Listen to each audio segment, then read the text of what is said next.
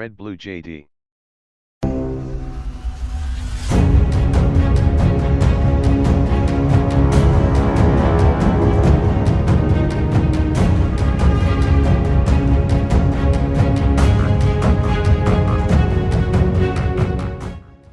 Ndabasuje mwese mudukurikira.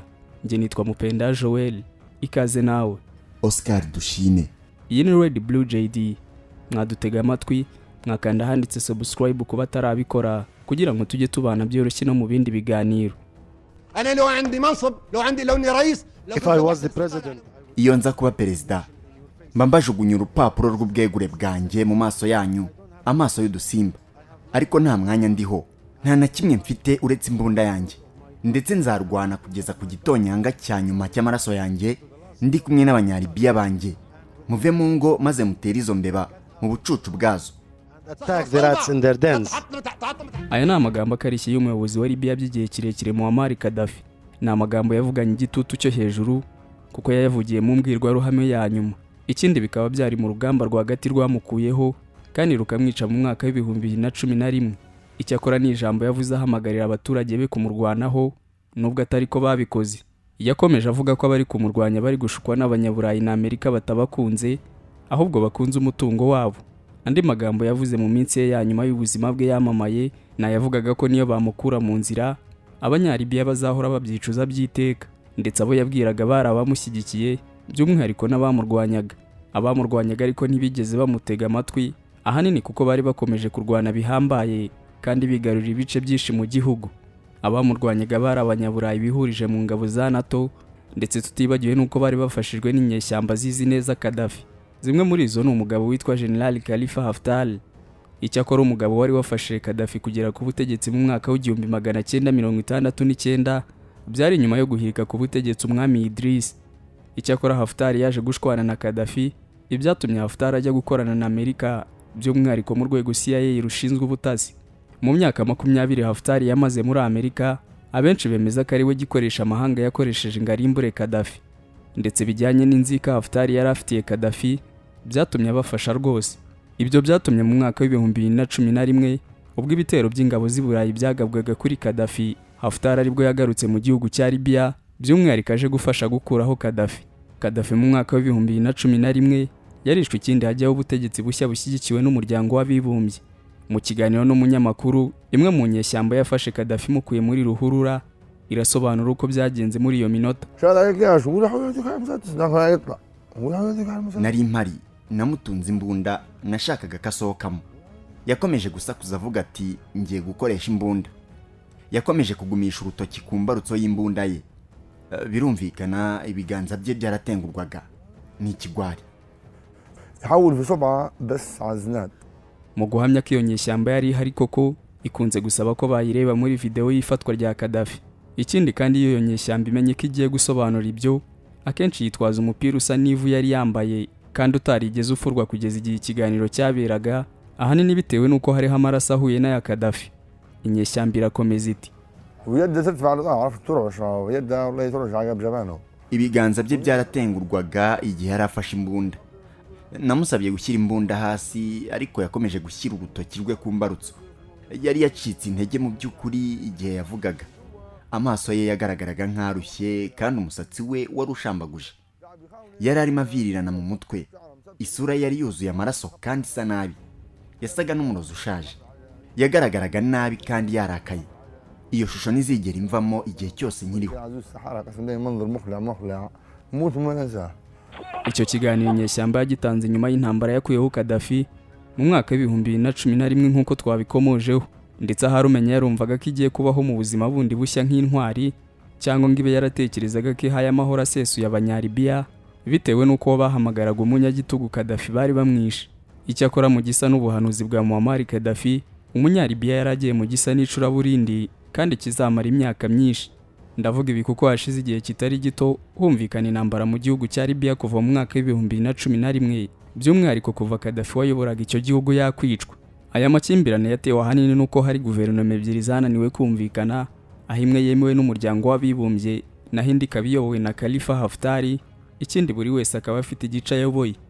Ibi nibyo biduteye kurebera hamwe amateka ya General Khalifa Haftar, Icyakora naherutse kwitwa marishali mu mwaka w'2016. Abamushyigikira bamuhamagara umutegetsi wagize uruhare mu gushyira iherezo ku butegetsi bw'umunyagitugu Kadafi, kandi akaba akomeje intambara yo gutsinda imitwe y'inyeshyamba yahise ivuka ku bwinshi muri Libya.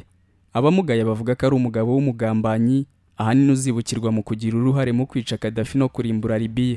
Mu magambo make, amateka ya Khalifa Haftar amusobanura nk'umugabo wafashije Kadafi kujya ku butegetsi kandi akagira uruhare mu kumukuraho, none bakaba ari no kurwanira kuyobora Libya yose, kandi abifashijwemo n'ibihugu birimo Abanyaburayi na Leta Zunze Ubumwe za Amerika.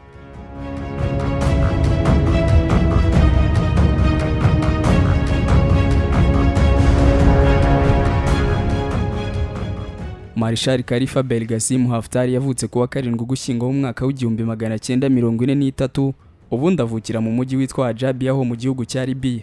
Muri uyu mujyi niho yize amashuri abanza, nuko mu 1957 ajya mu wundi mujyi witwa Derna kwiga amashuri yisumbuye.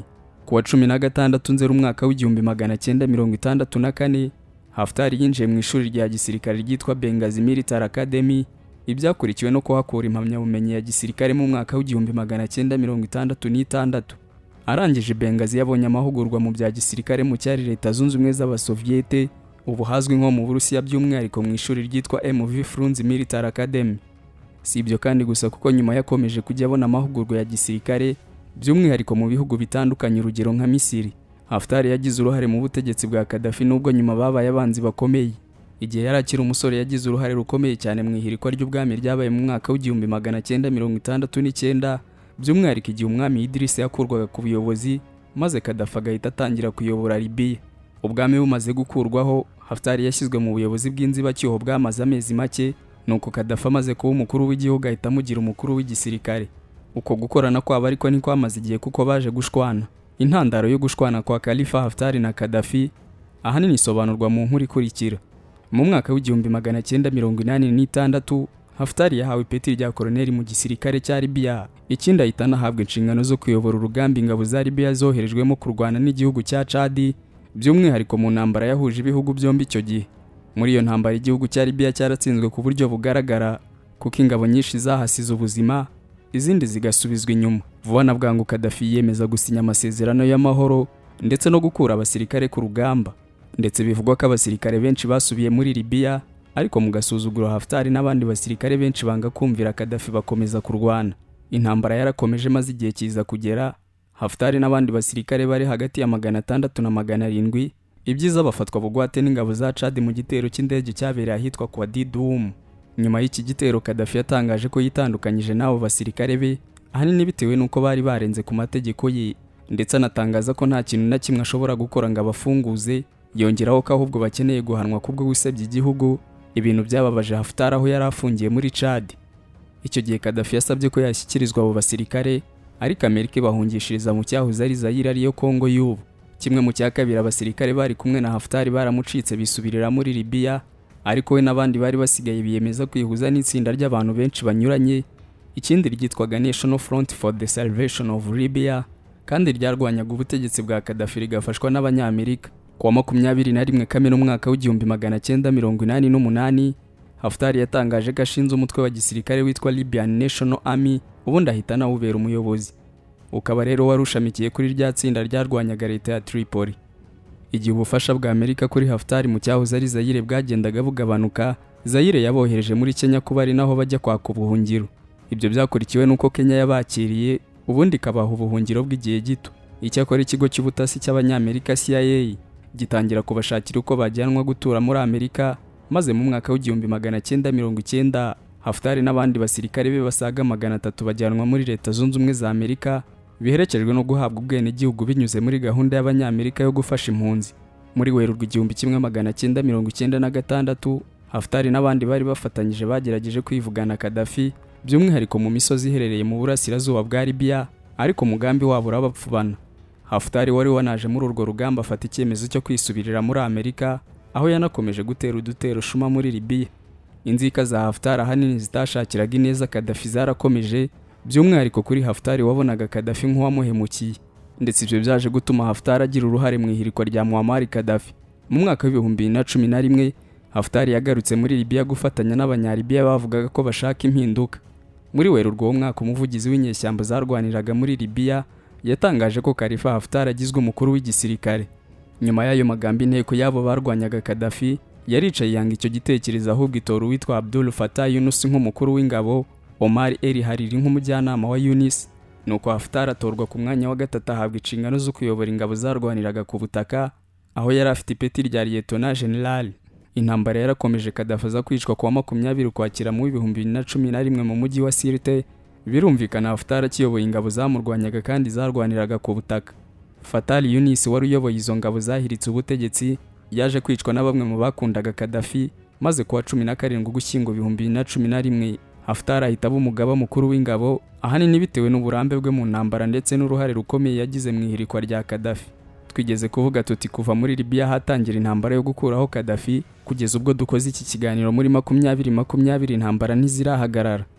Icyakora izo ntambara zakurikiyeho umwe mu bazifitemo uruhare n'ubundi ni General Haftar. Mureke turebere hamwe uruhare rwa Haftar mu ntambara iri muri Libya, kandi by'umwihariko nyuma y'urupfu rwa Kadafi. Kuva Kadafi yapfa, Haftar ntiyongeye kugaragara mu ruhame kugera muri Gashyantare 2014 ubwo yagaragaraga mu kiganiro kuri televiziyo imwe ashishikariza abaturage kwigumura kuri leta nshya ya GNC. Ikindi akaba yaravugaga ko ibyari kubikora mu buryo bwo kubohora igihugu kandi akagikiza imitwe inyuranye igendera ku matwara akaze y'idini ya Islamu. Ikindi yihurije cyane cyane mu cyitwa Muslim Brotherhood. Haftar ngo yitandukanyije n'iyi leta yahiritse Kadafi ngahanini bitewe n'uko ayishinja kudakemura ibibazo by'abaturage kandi kareka imitwe y'abahezanguni bo mu idini rya Islamu harimo na Islamic State ikigarurira ibice byinshi by'igihugu. Haftar rero yiyemeje kurwana na leta iriho ashize amanga ndetse agahangana n'indi mitwe yitwaje intwaro yagize Libya karima kayo. Ngo ubusanzwe uyu mugabo afite abasirikare b'abahanga cyane bafatanyije guhirika shebuja Kadafi, bigatuma rero agira igisirikare gikomeye cyaba icyo ku butaka n'icyo mu kirere. Mu nkubiri ye yo gushaka kwigarurira Libya ngo ayiyobore, yagiye kenshi agaba ibitero bigiye binyuranye ku murwa mukuru Tripoli, cyane cyane yibanze ku bibuga by'indege n'ahandi hantu hanyuranye hafite agaciro.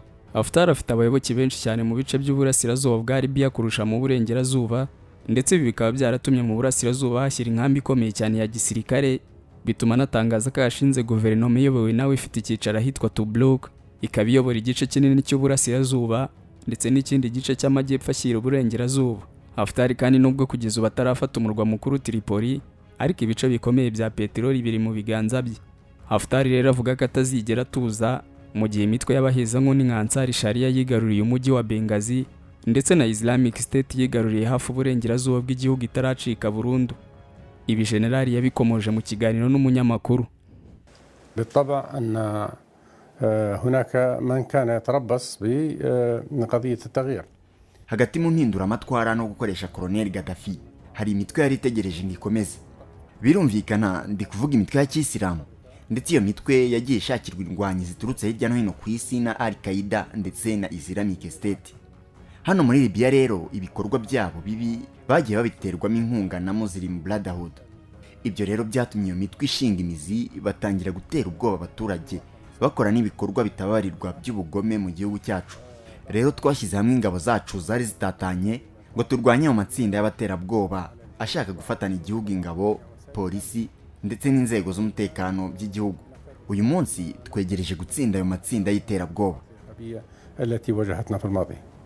Muri iki kiganiro kandi Haftar yabajijwe impamvu uru rugamba atarufatanya na guverinoma iyobowe na Perezida Sarraj, ikindi kabishyigikiwe n'umuryango wunze ubumwe n'abandi.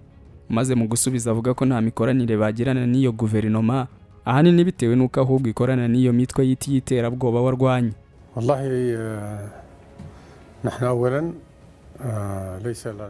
Mbere na mbere nakubwira ko nta mikoranire dufitanye na Sarraj kugeza ubu. Guverinoma y'igihugu iyobowe nawe ntinashyigikirwa n'inteko ishinga amategeko. Icya kabiri, kubirebana n'uko twahuza ingabo wavugaga, nashimangira ko Sarraj we ashingira ku nyeshyamba zimufasha. Ku ruhande rwacu izo nyeshyamba ntituzemera. Nk'uko amategeko mpuzamahanga biteganya, ntabwo igisirikare cyacu cyakorana n'inyeshyamba. Ikindi ashingiraho intambara ye nuko igihugu gifite impunzi nyinshi, ndetse hakaba hari umubare uteye ubwoba w'abimukira ahanini batikirira mu nyanja ya Mediterane bavuye muri Libya, ikindi bashaka kujya mu bihugu by'Uburayi cyane cyane Ubutaliyani. Ibyo kandi bituma Haftar yumvikana ahamagarira abamushyigikiye ahanini kurwana kugeza bafashe umurwa mukuru Tripoli. أيها الأبطال الأشاوس. Heroes, the time has come. Ntwari igihe cyageze. Ni igihe cyo gukomeza nk'uko indahiro yanyu bivuga, tukava aho turi tukinjira Tripoli kandi mu mahoro. وادخلوها بسلام على من أراد السلام. Gusa leta iriho yo ntibyumva, ndetse n'ibice by'igihugu yigaruriye bagerageza kubimwambura nubwo bigoranye. Umuryango w'abibumbye nawo uhora umwinginga ngo yicare ku meza y'ibiganiro n'abo bahanganye kugira ngo igihugu kigarukemo agahenge. Nk'uko tubimenyereye, imiryango mpuzamahanga igaragaza guhangayikira bikomeye ibibera muri Libya, ndetse ibi byatumye mu mwaka w'2019 umuyobozi w'umuryango w'abibumbye Antonio Guterres akora urugendo rujya Tripoli guhura n'abahanganye. Iki ni ikiganiro yahaye abanyamakuru mbere y'uko avayo. With a deep concern and a heavy heart.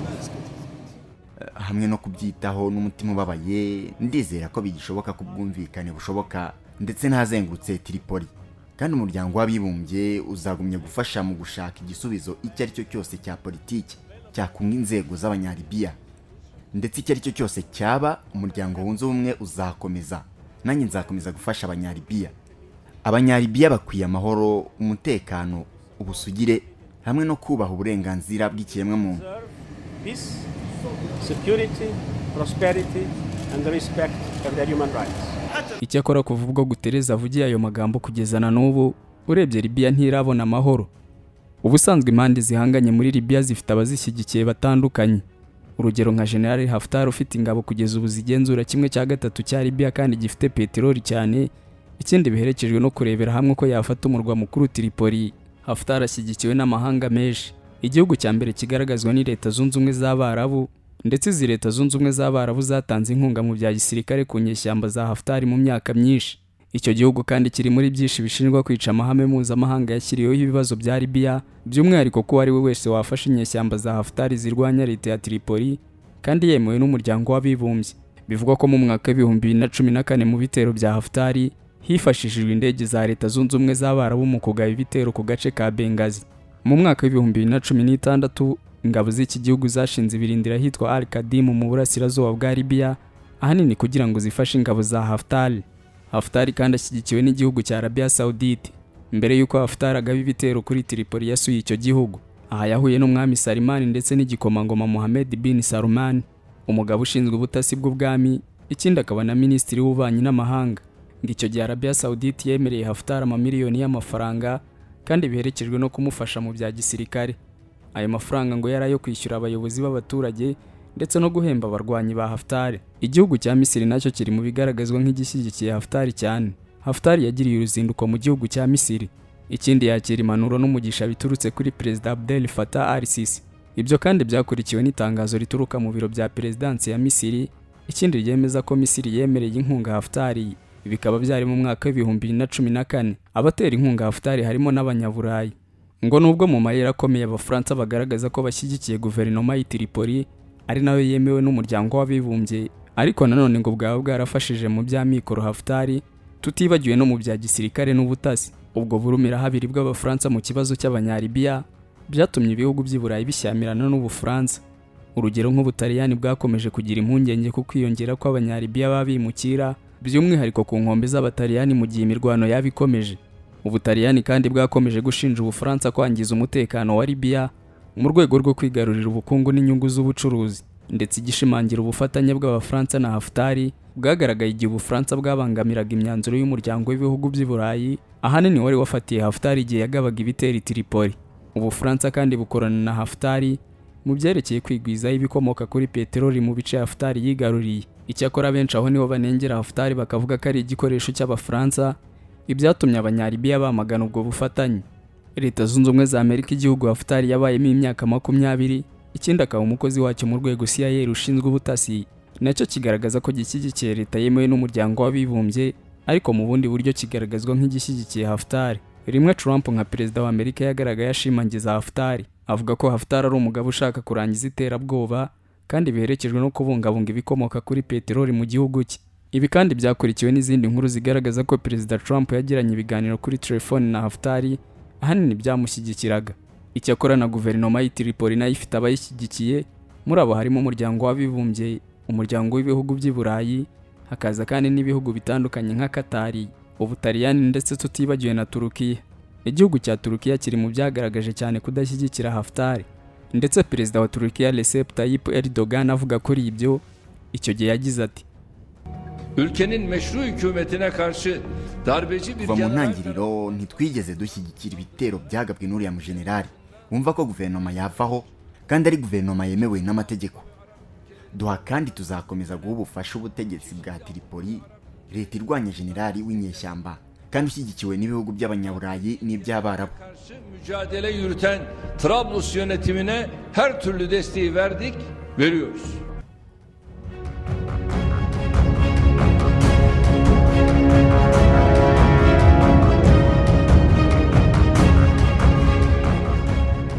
Ubusanzwe Haftar afite abana b'abahungu 5 n'umukobwa umwe, aribo Captain Saddam Haftar na Captain Khalid Haftar. Bombi ni abofisiye mu ngabo za Sarizo Libyan National Army, mu gihe undi muhungu witwa Ali Sadiq Haftar nawe yibera muri Libya ariko mu buzima busanzwe. Abandi bahungu babiri aribo Ubwe Haftar ndetse na Ali Mutasil Haftar, ndetse tutibagiwe na mushiki wabo Asma Haftar, nabo bibera muri Leta Zunze Ubumwe za Amerika yitwa Virginia.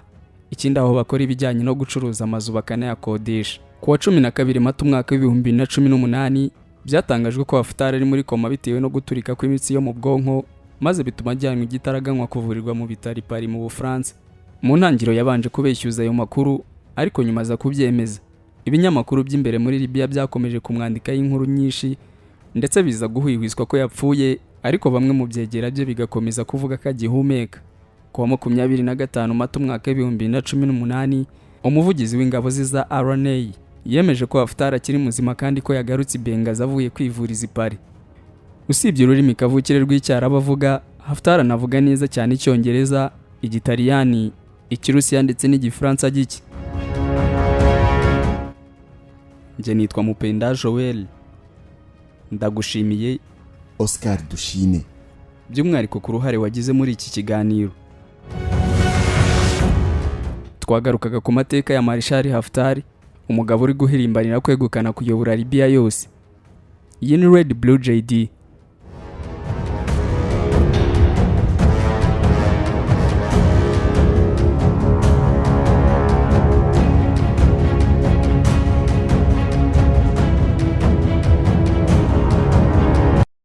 Abacuruzi bafite ibicuruzwa na serivisi nziza, ariko bafite ikibazo cy'uko abantu benshi batazi ubucuruzi bwabo. Hari icyo wakora ibihumbi n'ibihumbi by'abanyarwanda bakarara bamenya ibikorwa byawe. Muri RedBlue JD bakwereka uko ubigenza ubucuruzi bwawe bukamenyekana, kandi n'abakiriya bakarushaho kukwegera no kukwizera. Bafotora ibikorwa byawe, bagasobanura ubuziranenge bwabyo, bakanabimurikira abakiriya. Bafotora abageni, bakanababikira video z'ubukwe bwabo kuri YouTube ku buryo nta kibazo cyo kongera kubura amashusho cyabaho. Abaririmbyi babakorera amashusho y'indirimbo zijyanye n'igihe, bakanabafasha kumenyekanisha ibihangano byabo. Abantu basobanutse bamaze kumenya ibyiza byo gukorana na RedBlue JD. Abakorera munsi y'isoko rya Kimisagara werekeza Nyabugogo. Wahamagara kuri 0788 36 53 55. Byigeze bikubaho kwitabira ibirori, inama cyangwa se ibindi bikorwa bikaba uhari, ukabikurikirana kuva bitangiye kugera bisoje, ariko nyuma y'ukwezi kumwe ugatangira kwibagirwa bimwe mu bice by'uko uwo muhango wagenze kandi wari uhari? Niba urimo kureba aya mashusho, ni uko udashobora kwihanganira kureba amashusho no kumva amagambo atari meza. Turi miliyari 7 z'abantu kuri iyi si. Abarenga miliyari 4 muri twe dukoresha internet. Buri wese muri twe arihariye, ateye ukwe, afite ibyo akunda ku giti cye adahuje n'undi wari we wese. None niba dutandukanye, kubera iki twagira ubwoko bumwe bw'ibirori? Kubera iki inkuru zacu abantu bazi barakimwe? Ntabwo bikiri ibanga ko ari we wese ko uyu munsi RedBlue JD ari kompanyi ifata amashusho ikanayatunganya, igakoramo inkuru cyangwa se ibyegeranyo bidashobora guhaza ijisho cyangwa se ugutwi ko ari we wese inshuro imwe. RedBlue JD ni inkuru yo kubara, ariko cyane cyane ni inkuru ivuga uburyo abantu bafata amafoto meza y'ubukwe n'ibindi birori. Inkuru y'uburyo babika amashusho y'ibirori n'ibindi bikorwa kuri internet, ubwo ukabubonye uburenganzira bwo gutunga amashusho yawe ubuzima bwose. Nta muntu nzi wakoze ibirori, inama n'ibindi bikorwa ngo areke gushimishwa no kongera kugira bya byishimo cyangwa se kwiyumva nk'uko yiyumvaga cya gihe. Ibi bikaba atagombye gusubiramo bya birori, ahubwo akabikesha amashusho n'amafoto yafashwe mu buryo bwiza. umuntu wese uvuze ibirori bishingiye ku muryango no ku mibanire aba avuze ubukwe. Uvuze ubukwe bwagenze neza aba avuze amashusho n'amafoto yabwo yafashwe neza. Uvuze amashusho n'amafoto yafashwe neza mu bukwe, mu nama no mu bindi birori aba avuze RedBlue JD. RedBlue JD ni indi nyito bakoresha iyo bashaka kuvuga filime mbarankuru zikozwe mu mashusho meza n'ubutumwa butava mu mutwe w'uwabwumvise. Hari ikibazo kimwe kirebana n'iyi ngingo. Ibi byose mwabikoraga mute RedBlue JD itaraza? Abakorera munsi y'isoko rya Kimisagara werekeza Nyabugogo. Wahamagara kuri 0788 36 53 55.